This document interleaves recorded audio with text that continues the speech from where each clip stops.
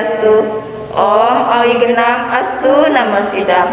Om Anobhadra Krata Wiyantu Wiswata. Semoga pikiran yang baik datang dari segala penjuru.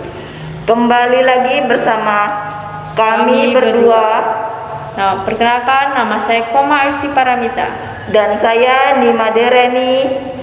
Kami akan mensosialisasikan tentang penyampaian dan tindak lanjut Surat Edaran Menteri Agama Nomor 15 Tahun 2020 dan Edaran Menteri Agama Nomor 15 Tahun 2020 tanggal 29 Mei 2020 tentang panduan penyelenggaraan kegiatan keagamaan di rumah ibadah dalam mewujudkan masyarakat produktif dan aman di masa pandemi. Ketentuan selengkapnya sebagai berikut. 1. Rumah ibadah yang dibenarkan untuk menyelenggarakan kegiatan berjamaah atau kolektif adalah yang berdasarkan fakta lapangan serta angka RO dan angka RT berada di kawasan atau lingkungan yang aman dari COVID-19.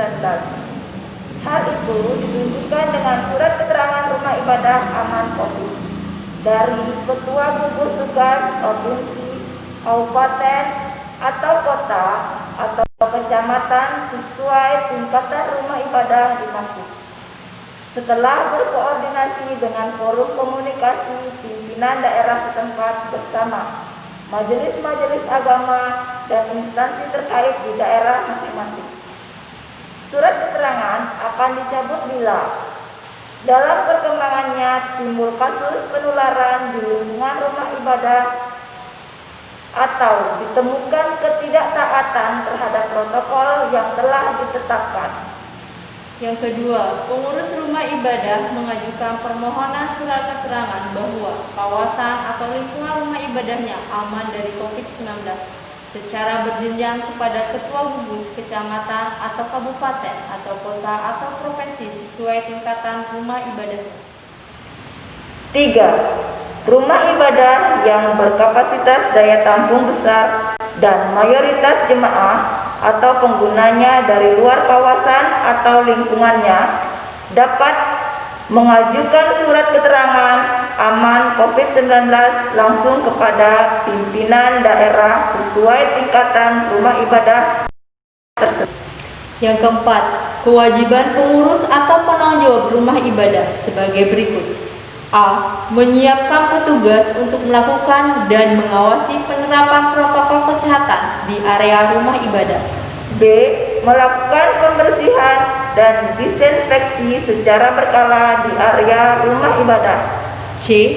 Membatasi jumlah pintu atau jalur keluar masuk rumah ibadah guna memudahkan penerapan dan pengawasan protokol kesehatan. D. Menyediakan fasilitas cuci tangan atau sabun atau hand sanitizer di pintu masuk dan pintu keluar rumah ibadah. E. Menyediakan alat pengecekan suhu di pintu masuk bagi seluruh pengguna rumah ibadah.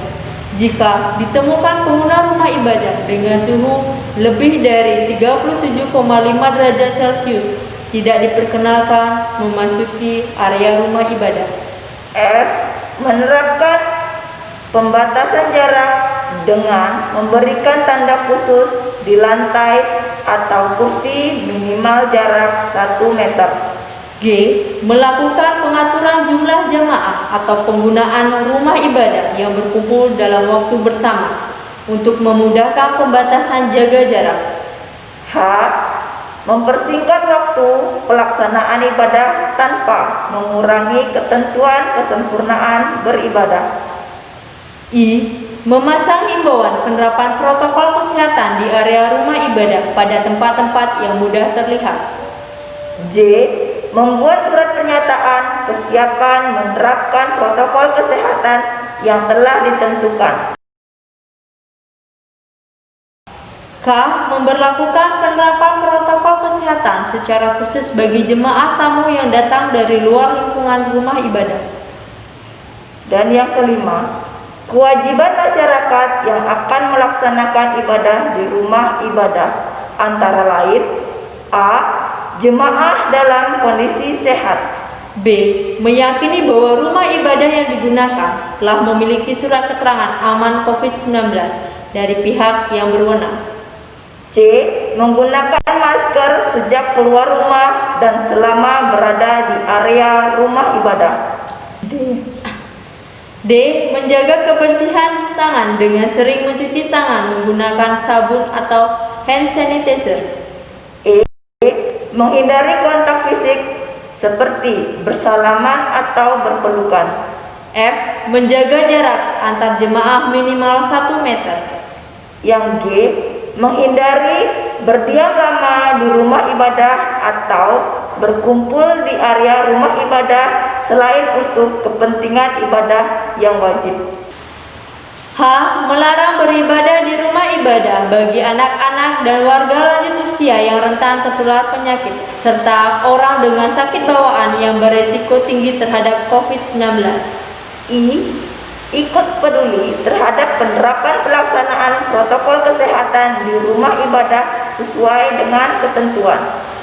Yang keenam, menerapkan fungsi sosial rumah ibadah meliputi kegiatan pertemuan masyarakat di rumah ibadah, misalnya akad pernikahan atau perkawinan, tetap mengacu pada ketentuan di atas dengan tambahan ketentuan sebagai berikut. A.